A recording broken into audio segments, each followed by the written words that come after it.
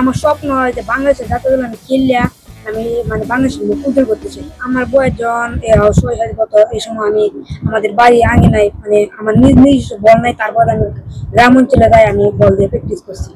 Practice করতে করতে আমি এর মধ্যে আগাইছি। আমি চাই যে বাংলাদেশের হামজা চৌধুরী আছে, তারপর মেসি, ম্যারাডোনা এর মতন আমি হতে চাই।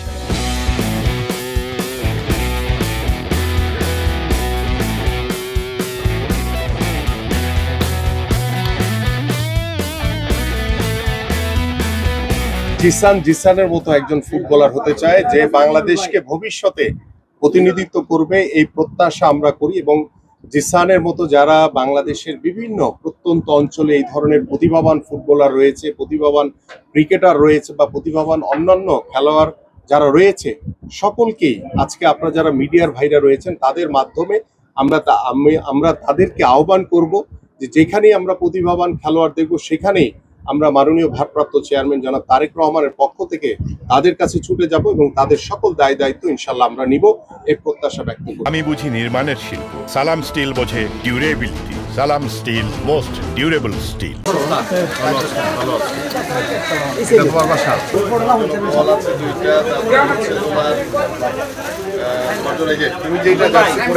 প্রতি মাসে জিসানের পড়াশোনা এবং খেলাধুলা বাবদ একটি আর্থিক সহযোগিতা প্রতি মাসে আমরা জিসানের কাছে পৌঁছে দিব।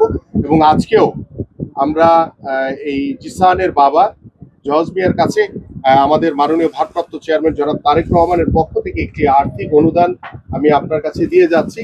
আপনি এটি জিসানের জন্য, জিসানের পড়াশোনা খেলাধুলার জন্য খরচ করবেন। এবং বাংলাদেশ জাতীয়তাবাদী দল বিএনপি সবসময় এই জিসানের পাশে রয়েছে, পাশে থাকবে ইনশাআল্লাহ। জিসানের বাবা হিসাবে আমার খুব গর্ব হয়। ভালো, আমার ছেলে জিসান ছোটবেলাতে খেলাধুলা করে, মানে খেলতে খেলতে মোটামুটি ভালো খেলে। ভালো খেললে এই টাকা পয়সা আমারটা সাথ আমি সময় দিতাই না, যাও দিই টাকা পয়সা। হ্যাঁ, এই বল কিনে, জার্সি কিনে, সময় স্কুল টাকা পয়সা কিছু খরচ করে, তা পুরা খরচটা আমি এই হারে দিতে পারি না। মেসি, রোনালদো, ম্যারাডোনা এদেরকে দেখতাম যে খেলতো, আর মানুষে মানে কানিতে দর্শকটি বয়েছে, দর্শকটা দেখে অনেক আনন্দ করে। দাদা আমি ভাবলাম যে আরে ইমন তো আমি হইতে পারতাম, তাহলে কত ভালো আছি। তারপর মানে ইমনটিকে পারতে কিনা ভাবতাম।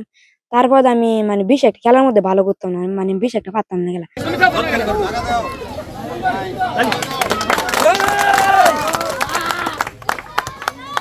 আমি তো একটা সাধারণ ফুটবলার, তারপর যে আমাদের খেলাতে তারেক রহমানের চৌকিতে পড়ছি, তো আমার কাছে অনেক ভালো লাগতেছে। আমার কাছে কইলাম না করে একবার বলার মতো না করে, আমার এত ভালো লাগতেছে না, নিজের চোখকে আজকে দেখতেছি জাতীয় দলের অধিনায়ক আমাদের নিজের বাড়িতে।